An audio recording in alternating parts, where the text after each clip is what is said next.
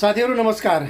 आजभोलि नेपालमा चाहिँ छ्यापछ्याप्ती भइरहेको छ। नेपालमा चाहिँ फेसबुकले मोनिटाइज बन्द गर्यो भनेर सबैलाई चाहिँ डर र त्रासको माहौल भइरहेको छ।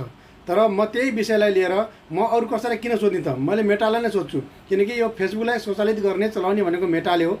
मेटालाई सोध्नु पर्यो भनेर मैले चाहिँ एउटा प्रश्न गरेको छु मेटालाई कि यहाँ मैले यो नेपालीमा चाहिँ नहुने भएर हिन्दीमा चाहिँ मैले प्रश्न गरेको थिएँ। नेपालीमा चाहिँ यसमा अलि ट्रान्सलेसनको अलिकति दिक्कत रहेछ मेटामा।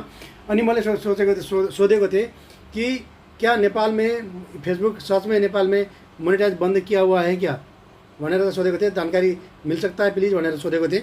यहाँ मेटाले भनेको छ कि नहीं, अभी नेपाल में मोनेटाइज बंद नहीं हुआ है और नेपाल में 2025 से, ये सितंबर 2025 से ये जो मोनेटाइजेशन शुरू किया था तब से चालू है, ठीक है भनेर भनेको छ। अनि त्यसपछि गएर तलपट्टि कि यसमा जो क्राइटेरिया के छ भने चाहिँ 5000 फलोवर भएको हुनुपर्ने छ हैन। त्यसपछि 60 दिन यानी कि 2 महिनाभित्रमा चाहिँ 60,000 मिनट भ्यू आएको हुनुपर्ने छ र त्यसपछि उमेर चाहिँ 18 वर्षभन्दा माथि भएको हुनुपर्ने छ र यसमा चाहिँ community guidelines, content monetisation policy र तपाईको चाहिँ कम्युनिटी पोलिसी यो चाहिँ फलो गरेको हुनुपर्ने छ भनेर चाहिँ यसले चाहिँ भनेको छ नेपालको हकमा है। र तपाईले चाहिँ यो जो अहिले आइरहेका छन् नयाँ कन्टेन्ट क्रिएटरहरू, तिनीहरूलाई चाहिँ यो यसको चाहिँ सिधै बेनिफिट, सिधै लाभ मिल्न सकोस् भन्नको लागि चाहिँ यो सिधै ब्याङ्कमा, त्यहाँको चाहिँ लोकल ब्याङ्कमा नै यो पैसा उपलब्ध गराउने सिस्टम भइरहेको छ भनेर चाहिँ यहाँ जानकारी दिएको छ।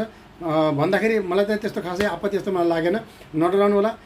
यो बाँकी छ्यापछ्याप्ती जेसुकै भने तापनि, जसले जेसुकै भने तापनि, तर नेपालमा चाहिँ फेसबुक मोनेटाइजेसन चाहिँ बन्द भएको छैन है भन्ने जानकारी यस भिडियोले दिन खोजेको छ। साथीहरू, जानकारी कसलाई मन परेदेखि सेयर गर्नुहोस् र नडराइकन सेयर गर्नुहोस्। सबैलाई यसको बारेमा जानकारी दिनुहोस् है त। नमस्कार।